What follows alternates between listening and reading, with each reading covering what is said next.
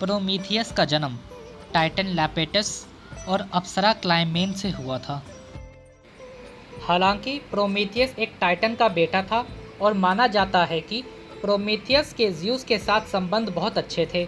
Prometheus ने Zeus को titans के युद्ध में जीत हासिल करने में मदद की थी, जिसे टाइटेनोमाची के रूप में भी जाना जाता था, जो ज़्यूस के पिता क्रोनोस के नेतृत्व में टाइटन्स के बीच की लड़ाई थी और ओलंपियन देवताओं के बीच।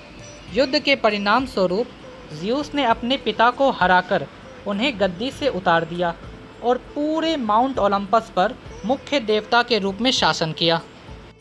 प्रोमीथियस के बारे में यह भी कहा जाता है कि जब ज़्यूस के सिर में बहुत तेज दर्द हो रहा था तो हेफेस्टस ने ज़्यूस के आदेश पर ज़्यूस का सिर खोल दिया था और फिर प्रोमीथियस ने ज़्यूस के सिर को खुला रखकर देवी अथीना के जन्म में मदद की थी। क्योंकि एथीना के पिता के सिर के खुले छेद से एथीना पूरी तरह से बंधी हुई थी, तो प्रोमीथियस ने पूरी तरह से गठित एथीना को ज़्यूस के सिर से सफलतापूर्वक निकाला गया था। शुरुआत में ज़्यूस और प्रोमीथियस के बीच संबंध अच्छे थे।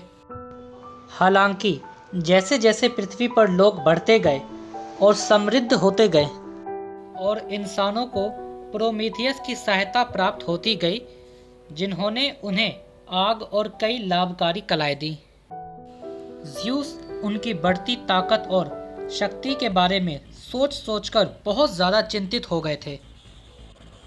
मानव जाति और उनके सहायक प्रोमीथियस के खिलाफ ज़्यूस का गुस्सा सबसे पहले तब भड़का जब ज़्यूस ने प्रोमीथियस से कहा था कि जब इंसान किसी भी जानवर की बलि देगा तो उसका एक हिस्सा देवताओं को देना होगा। लेकिन प्रोमीथियस को ये बात सही नहीं लगी। प्रोमीथियस इंसानों को ज़्यादा से ज़्यादा लाभ देने के बारे में सोचता था, तो प्रोमीथियस ने एक चाल चली।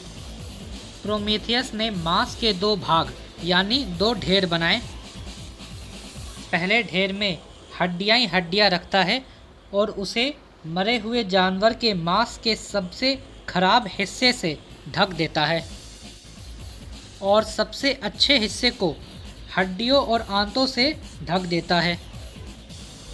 जब ज़्यूस का धरती पर आने का समय हुआ तो अनजाने में उन्होंने पहले ढेर को चुना, जो सबसे खराब हिस्सा था, जो खराब मांस से ढका हुआ था, जबकि आंतों में लपटे हुए मांस को ज़्यूस ने प्रोमीथियस द्वारा भूखे इंसानों को दे दिया था।